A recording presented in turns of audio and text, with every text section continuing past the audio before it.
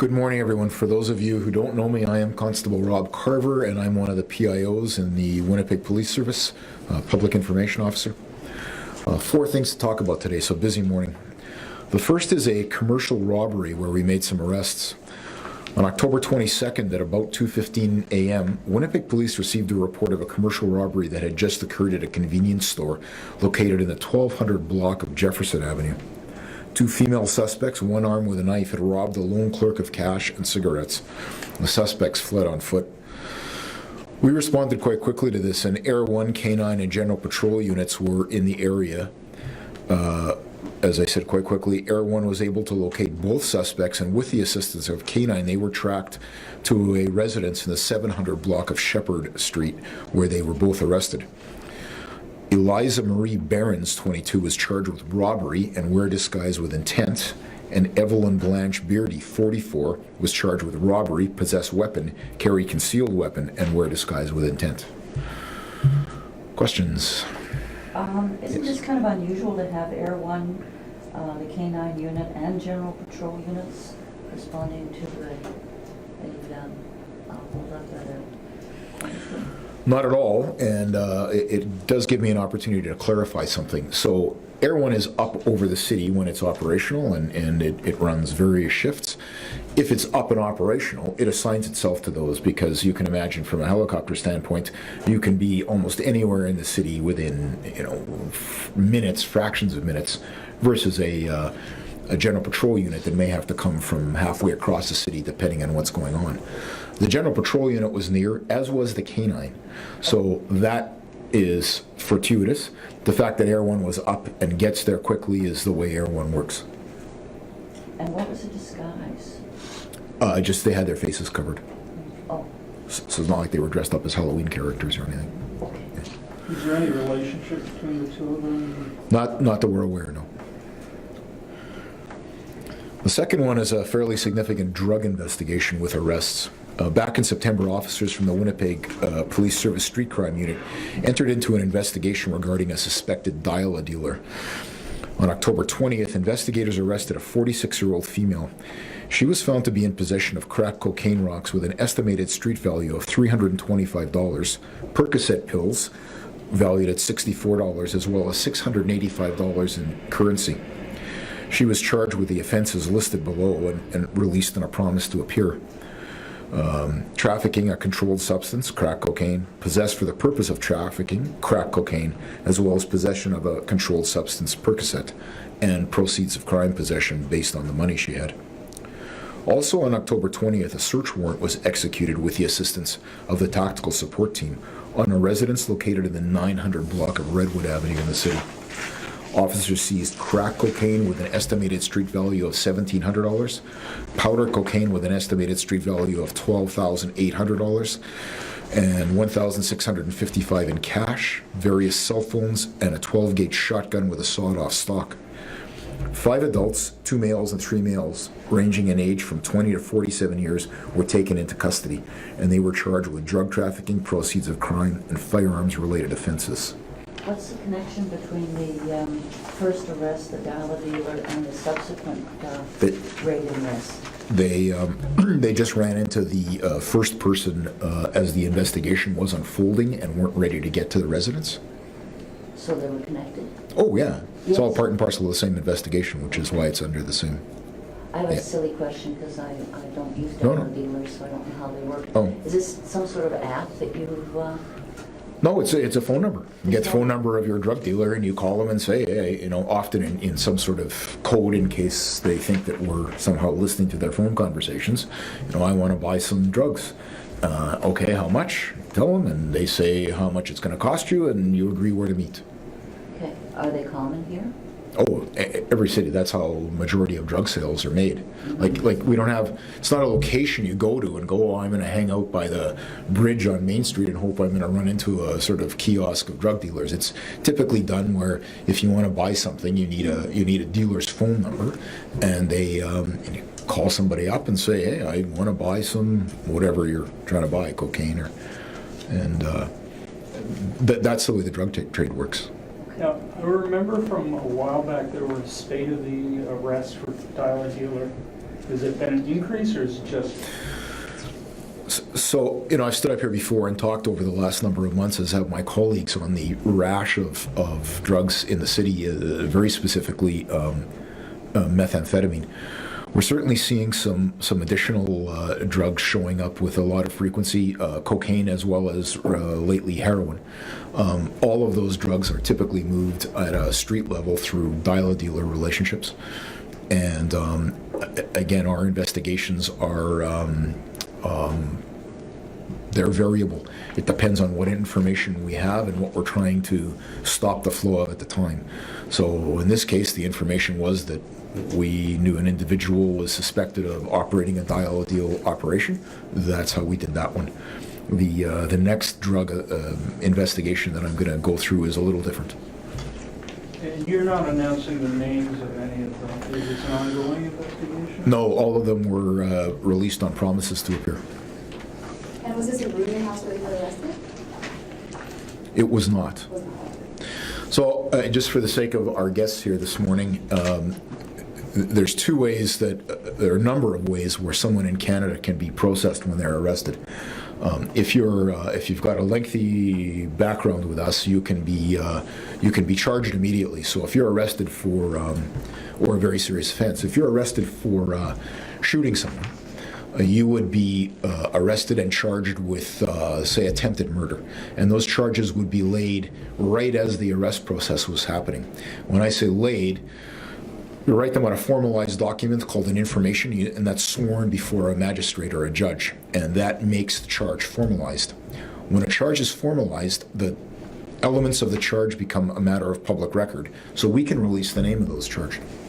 If we arrest somebody but the offense is less serious, they can be released, and the criminal code dictates this. They can be released on a number of different options. One is a promise to appear, where they sign a document essentially promising to appear in court, and then investigators or officers have a window, a couple of weeks, where that charge process flows through the court. Until those charges are laid and it's flowed through the court, the names of those individuals is not public information, and it would be illegal for us to release those names. Actually, it's a good opportunity for me to remind people of that process difference. Any other questions? These people were charged though, right? I've indicated they were charged, but really, they're to be charged. Okay. Just speaking to this investigation specifically, you say that the street crime unit entered into an investigation. Can you tell us a little bit about the techniques that might have been used in this case? What kinds of things would police do to go after a dial-a-dealer? So a lot of times when we're particularly vague in the nature of our release, it's because we're choosing to be vague. So investigations of this nature are just like you see in TV and the movies.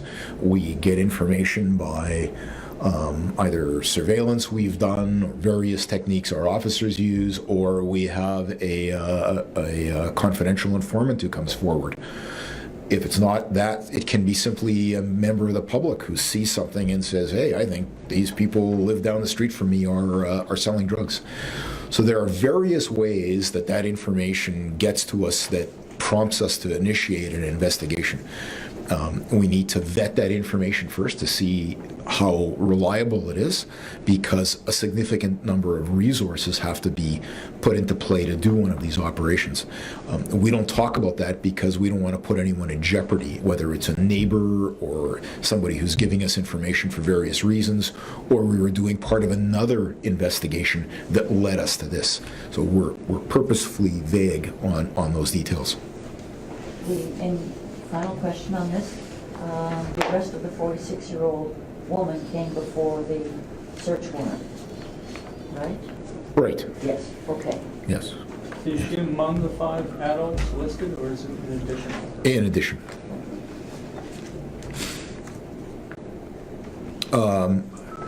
Yes, in addition. Last night, on October 22nd, a Honda Civic was stolen from the first 100 block of Osborne Street North.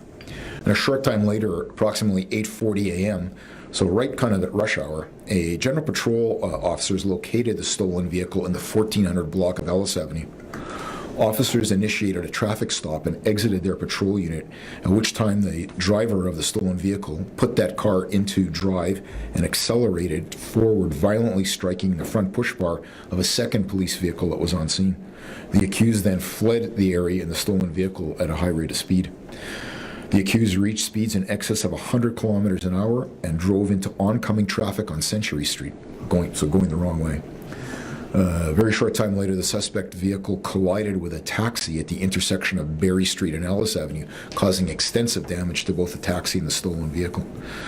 Suspect fled on foot but was apprehended a short distance away, and the driver of the taxi as well as a passenger were taken to hospital in stable condition and treated. After a short foot chase, David Dempsey Daly, 23, of Winnipeg, was arrested and charged with the following offenses: flight while pursued by a police officer, dangerous operation of a motor vehicle, drive while disqualified, assault peace officer with a weapon, which would be the vehicle, dangerous operation of a motor vehicle ×2, and failed to stop at scene of accident, and he was detained in custody. So if they're detained in custody, the process requires that those charges be laid for them to be detained. Basic law, writ of habeas corpus. No questions on that? Sorry. Go ahead. You've seen a spate of these sort of incidents where you've had people crashing their stolen vehicles into your police cars. Can you speak to that in terms of, like, you've had quite a few of these? I think there were three in a short period of time. I can, and we talk about these because it highlights the dangers that our officers were put in, and not only our officers, members of the public. So you got a guy who's in a stolen vehicle who comes racing toward a police vehicle. Luckily, none of our officers were injured. If one of them had been in the way of that car, they could have been easily killed. There's very little you can do if you imagine yourself in a situation where you're trapped between a stopped vehicle and a vehicle flying toward you. Luckily, they weren't in between those vehicles, and now we've got no option but to attempt to get this guy, who is now putting members of the public at risk at the height of rush hour, right? On busy commuter streets. And I think what we're trying to do in my office is make sure that when these things are happening, we're talking about it and bringing it up to the public, because I think it's important to understand the dynamics that we face on a daily basis, and we want to balance good stories with the stories that aren't so good. Luckily, this guy was arrested shortly thereafter. Luckily, the driver of the cab and the passenger were not seriously injured. He wasn't injured enough, meaning the suspect, that he was able to flee on foot. He was taken to hospital after for a preliminary check to confirm that he was medically cleared, so we could move forward with processing him. But really, we averted a tragedy that morning.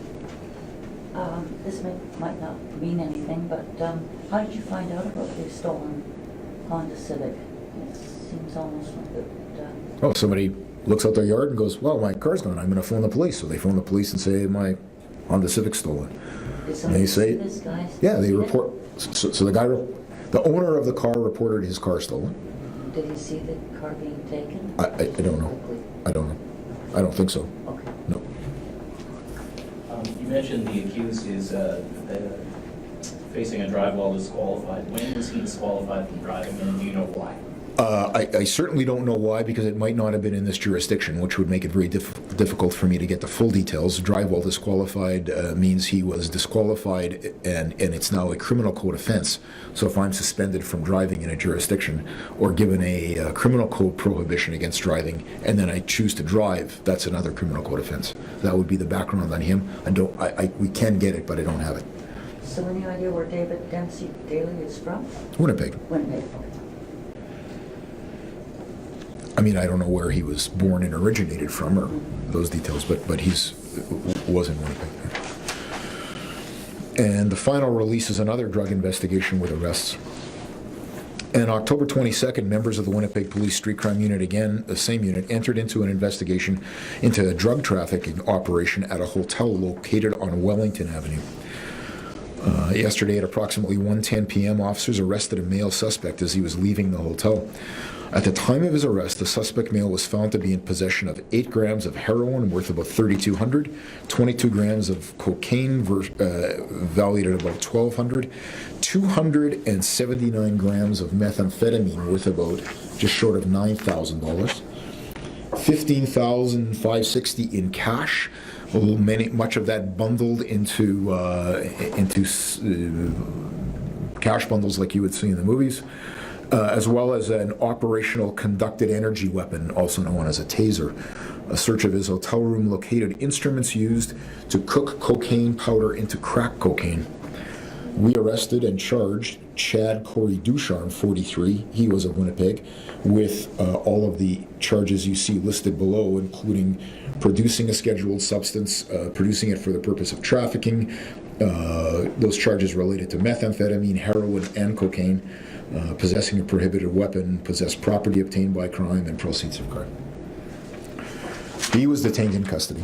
Also arrested in connection with this investigation at the time was a 32-year-old female, Leanna Marie Keltenthaler, was charged with CDSA 401, which is possession of a controlled substance, heroin, as well as failed to comply with conditions, and she was detained in custody as well. Was she arrested in the hotel room, or how? She was arrested in the hotel property. And what you found in the hotel room, is that an indication that they were cocaine? Yes. Cocaine in the hotel room? Yes, I think that's what it says. It's instruments used to cook. Yeah. Cocaine. Wouldn't that have an odor? Wouldn't it smell? Possibly. Jay may have a better answer to that, but cooking cocaine, Jay. Yep. How odorous would that be? It's got a small scent to it, chemical scent to it, but it's not a very strong smell. Okay, so it would sort of smell like the disinfectant used to clean rooms? It depends, it could be cut with different chemicals, so I don't know how to provide what the Right. distinct smell is, but it's not, if it's in the corner of the room, I don't think you'd easily smell it. Okay. And you might be thinking that versus methamphetamine, where the production of actual production as opposed to cooking cocaine, where the production of meth is full of toxic vapors and chemicals, that's why we use our crime lab team to go in. Okay, thank you. That gets to it. And the woman, was she a customer, co-conspirator? I don't want to say co-conspirator, but... No, she was connected to the individual and connected to the individual for some time. Does this have street gang connections? I don't like to use the word street gang arbitrarily, so are there elements of organized crime? I can tell you that almost all of the drug trade in Winnipeg is controlled by elements of organized crime. No independent operators are going to survive very long in a city the size of Winnipeg. So were there elements of organized crime connections? Very likely. Street crime gangs are kind of a different animal, and Speaking of the female accused here specifically, are there gang connections there? I don't have that information in front of me, and I don't know, James, if I'd be able to disclose that actually, because while it may be pertinent to the case when aggravating factors are brought forward, it's not something that we can disclose. So the elements of the charge are public record, but someone's previous acknowledged gang connection to our officers, while we may keep a record of it, may not necessarily be public information. Again, in relation to the female accused, failed to comply with conditions of bail or probation? Bail. Thank you. Is this investigation ongoing or? I'm going to answer no, and I'm going to put some context around that. I'll tell you that when we get so this is dated yesterday. The one before that is dated, that started in September. Typically what happens when we make arrests in investigations of, often street crime unit investigations of drug operations, we'll talk about it unfolding over a number of months. Often in my office, we see these arrests show up on our desk, and we're very specifically told the operation's ongoing and we can't talk about it. So almost guaranteed if I'm standing up in front of you going through the details of it, it's wrapped up. Because if we've got players still outstanding, the last thing we want to do is stand here in front of a camera and give people who may be still at large details of what happened to their co-conspirators or colleagues. So yeah, it's wrapped up. Which hotel? We never name the hotel, and you can imagine, well, like we do this for a number of reasons. We typically don't name businesses, and I'm giving more context today because we do have some students here from Creative Communications. I show up and I have a credit card or I have cash and I rent a hotel room and I present just some average individual. The hotel isn't able to go through and vet everyone to make sure they're not doing something criminal in a hotel room. The last thing we want to do is put an organization or a business that wasn't part of this or willingly part of this in a negative light. So not only do we not name it, but in this case I can tell you this morning that instead of saying, say, in the 1000 block of Wellington, I actually just put Wellington to make it more difficult for journalists to try and narrow it down to sort of 100 addresses and drive a couple of blocks and knock on some hotels and say, hey, were the police here yesterday? Because invariably then what would be the normal course, and it's obviously what journalists do, but you'd have video of the front of the hotel and you do that as your sort of B-roll maybe, and it's not our role up here to cast light on a business that wasn't doing something illegal. Any idea how long this couple had been in the hotel? Our investigators may have that, but I'm not releasing it. Bigger picture here. Sure. Heroin. Can't remember the last time I actually saw heroin on a police release when it came to a bus. I just had this discussion with members of the street crime unit this morning, actually, and I can tell you that along with the huge difficulties that methamphetamine has been causing our officers and this city and this community, that heroin is now resurfacing again as a street drug, and that is certainly of great concern to our officers. Where's it coming from? In a situation like this, we often don't know the initial source, but it's obviously not local, so it either comes from Far East or South America. We obviously know that methamphetamine is cheap to buy on the street. Very cheap, unfortunately. Yeah. And how would heroin be classified in terms of the cost to the user? It's a good question. We looked at that this morning, Jay. Heroin's still more expensive on a dose basis. Yeah. Methamphetamine is the drug of choice, I think, from a purely economic standpoint. Different uses. And I think, and I'm going to talk anecdotally here, but my sense would be that that there is less social stigma surrounding the use of crystal meth than there is around heroin. So, if you're at a party and somebody says, "Hey, you want to try some meth, some ice," you might get talked into that. But I don't think people are standing around casually saying, "Hey, I got some heroin. You want to try some?" So, and I think my sense, personally only as a veteran officer, is that there's still quite a social stigma surrounding heroin and less so around meth. You've been a cop for how long? About 25 years. Okay. Do you remember a time in your career where heroin was a concern in Winnipeg? Absolutely. When was that? Off the top of my head, James, I don't know if I can tell you that, but I know that drugs move in cycles, and what was a popular drug, 10 months ago isn't now. For those of you who were here last fall at police briefings, the topic almost on a daily, if not weekly basis was fentanyl and carfentanil. We're simply not seeing a ton of arrests related to that. I'm not saying that our officers at a street level aren't anecdotally running into people who are using it, but from an arrest and seizure standpoint, we haven't been seizing either of those.